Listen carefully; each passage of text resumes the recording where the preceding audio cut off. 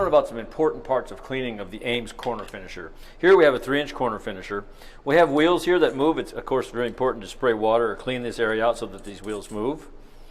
One of the important parts is where the frames meet. So if you compress this, you want to spray water into here and into here. And certainly if you have pressured water, you can use a pressured nozzle just to spray water in there and there. The last thing that you need to clean are the blades. You have blades here and skids on the sides. A brush works really well where you can just brush those off. Make sure that we get all of the joint compound out from here if it's dried so that we have no edges or anything occurring there. So it's important places to clean on the corner finisher. To learn more about ATF tools, visit the video resource library on our website, amestools.com.